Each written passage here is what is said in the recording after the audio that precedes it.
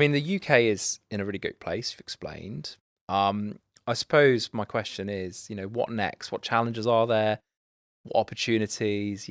How does it look in 5 or 10 years? Yeah, I think it's a really good time to be having this conversation. So, like a lot of industries, it's cyclical.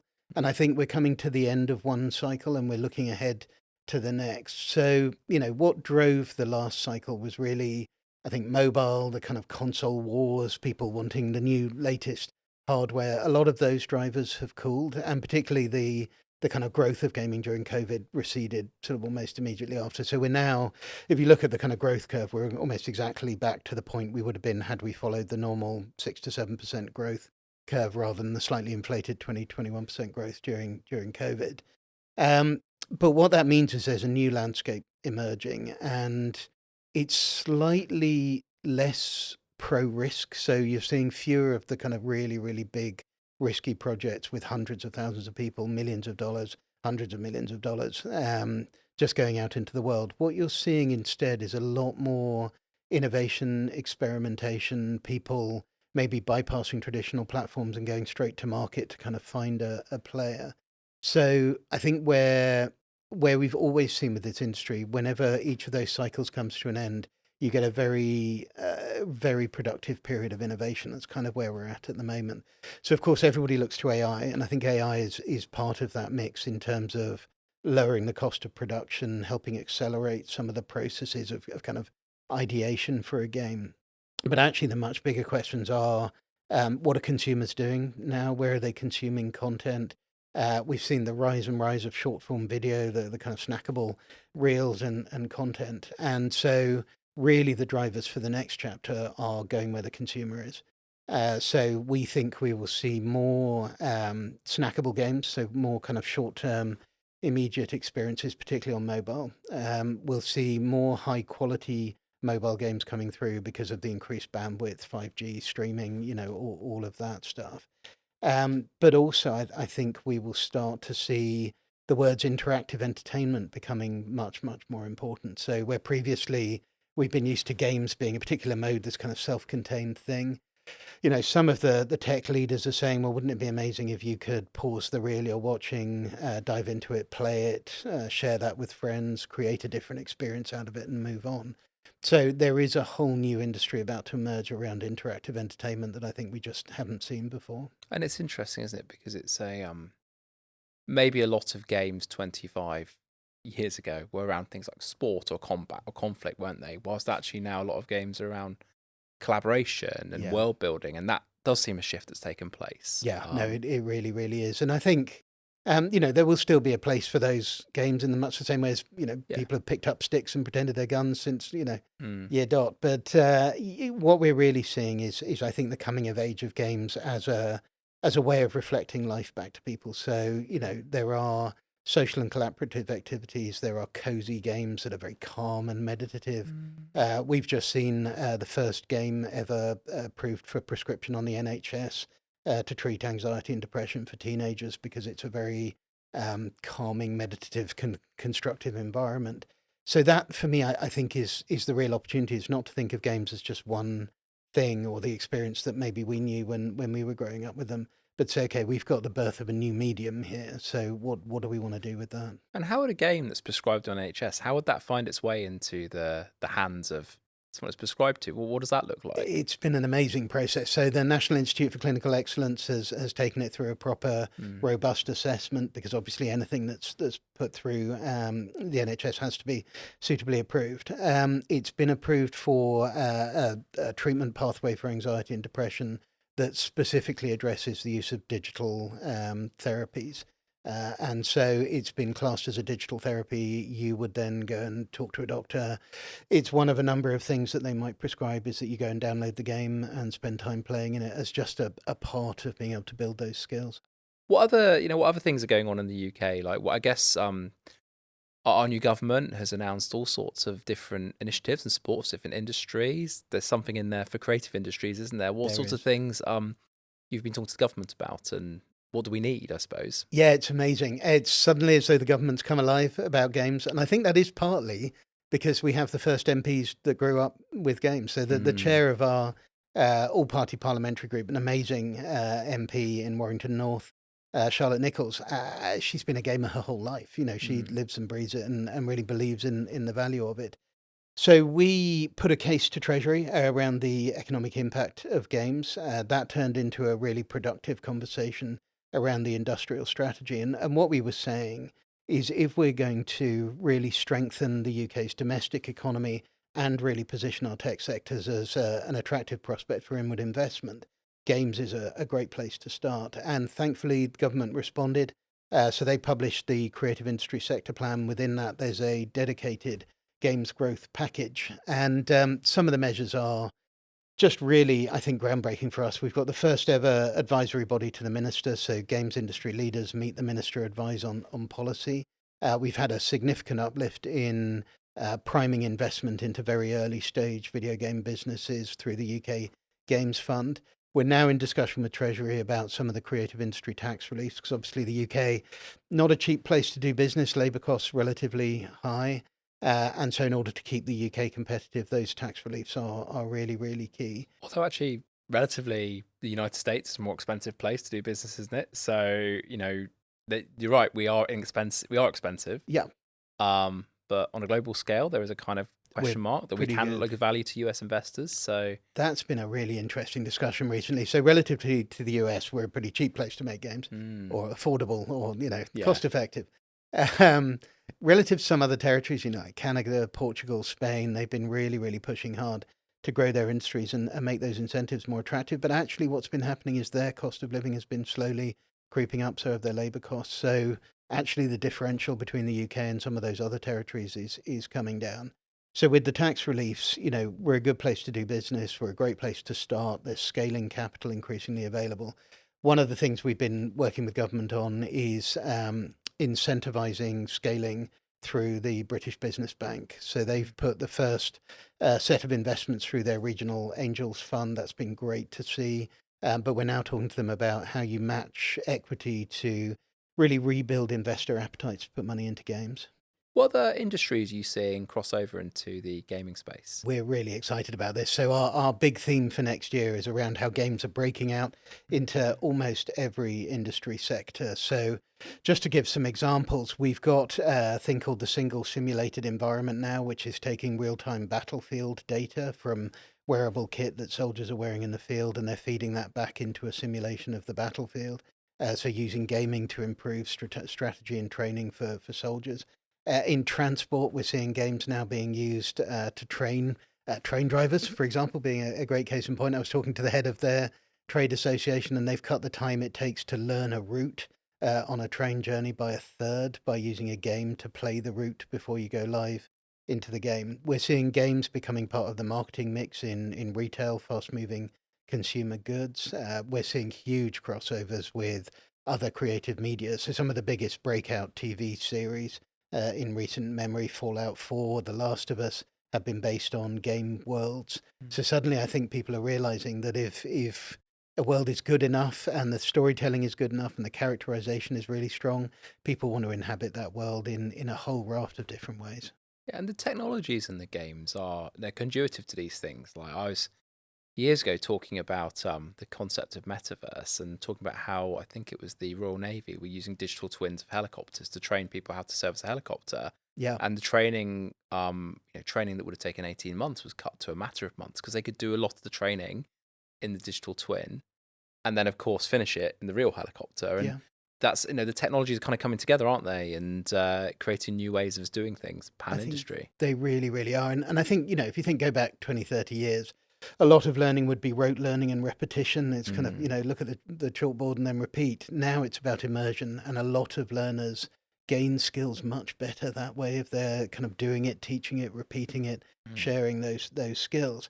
But also, alongside the improvements in game tech, you're seeing extraordinary leaps in terms of peripherals, accessories, ways of engaging with games. So some of the haptics, some of the feedback, some of the tools that people are using to engage with games are having direct application across industries. Yeah, a lot of those like feedback controllers and a lot of that technology also works in medical profession. Yeah. You see it in automobiles where you don't have to touch your screen anymore to change it. There's all these different applications.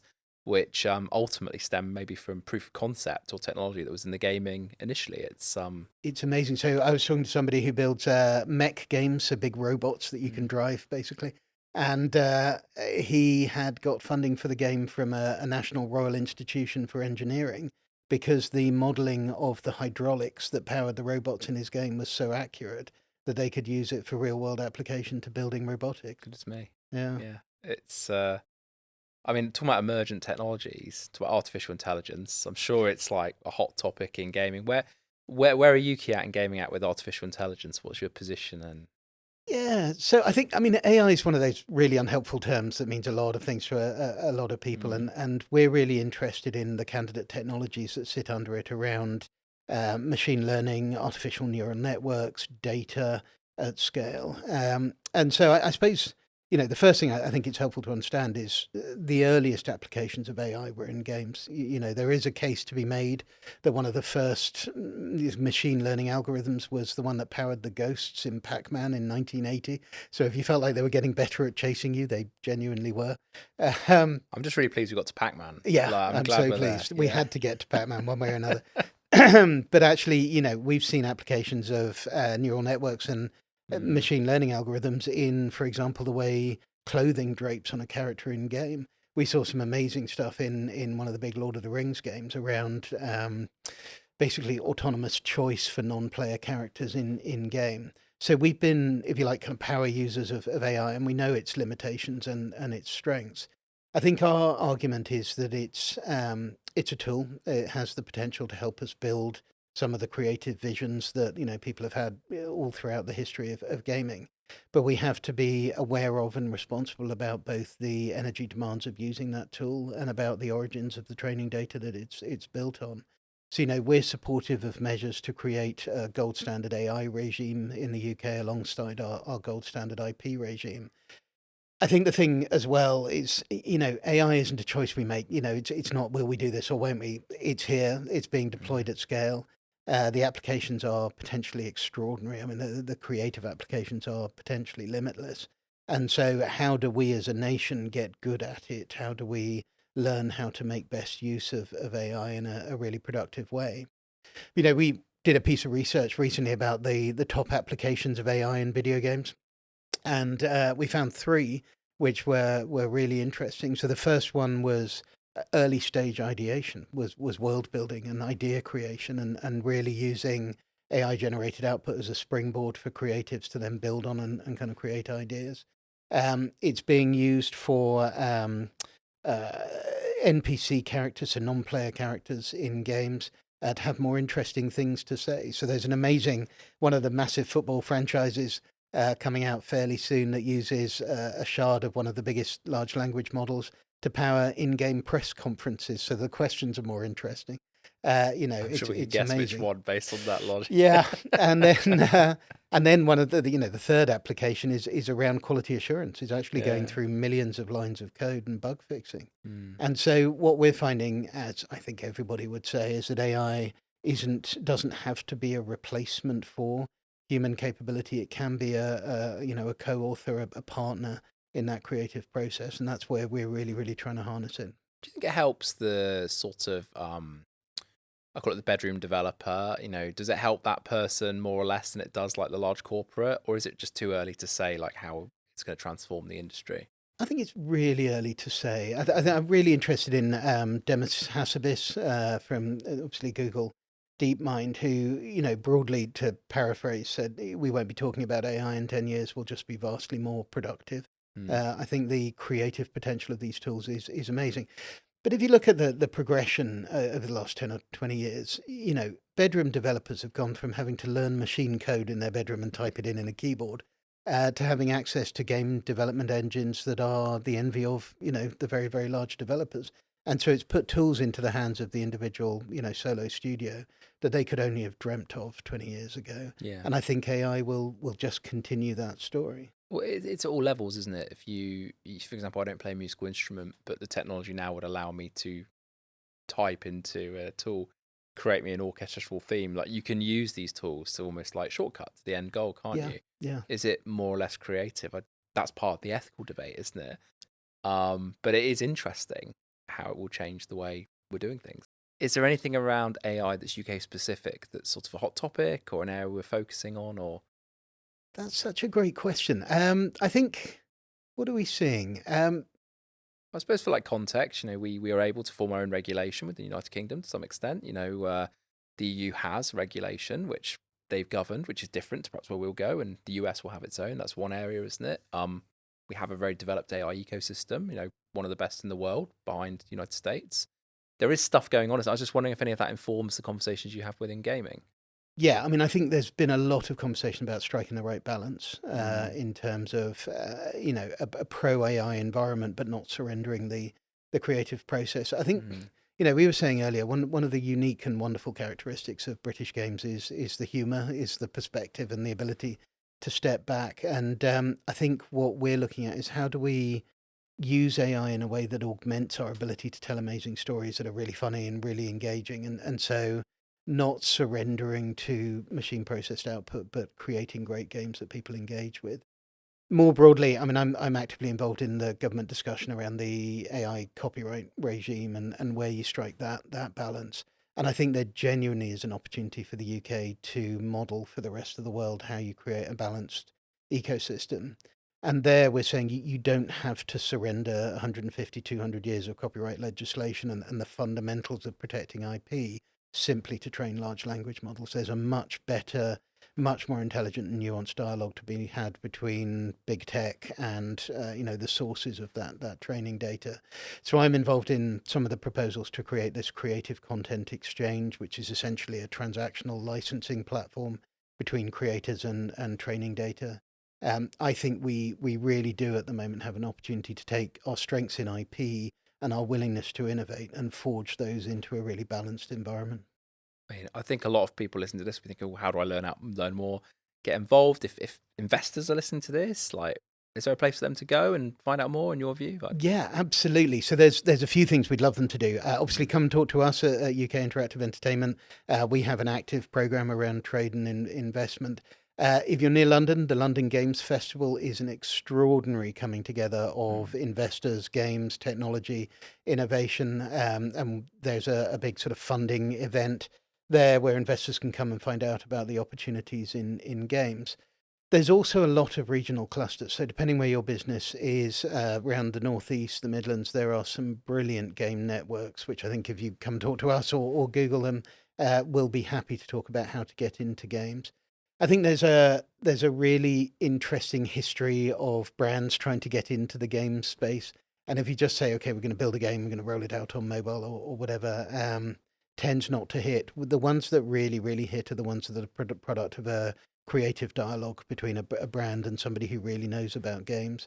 So we're encouraging people, if you're thinking about how to use games, perhaps to reach a younger audience, come and have a chat to the people who really know how to make them work. And how about talent? If someone's listening to this who says, where would you go if you wanted to get involved in the ecosystem in the games? What would be your best advice? This industry. So we're currently working on a sort of nationwide skills strategy around that because there's a number of routes you can go and do a game design course.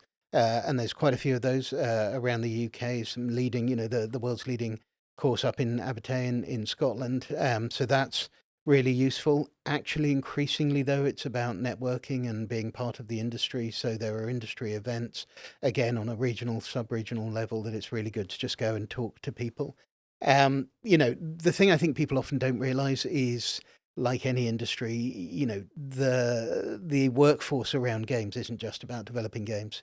You've got people working in policy, marketing, legal, financial, a whole kind of raft of roles. So if you're thinking, I want to build a career in a really fast moving, future facing industry, there are opportunities in games that I'd really encourage people to have a look at. Well, thank you, Nick. That's been fascinating and learnt so much. And thank you everyone for listening.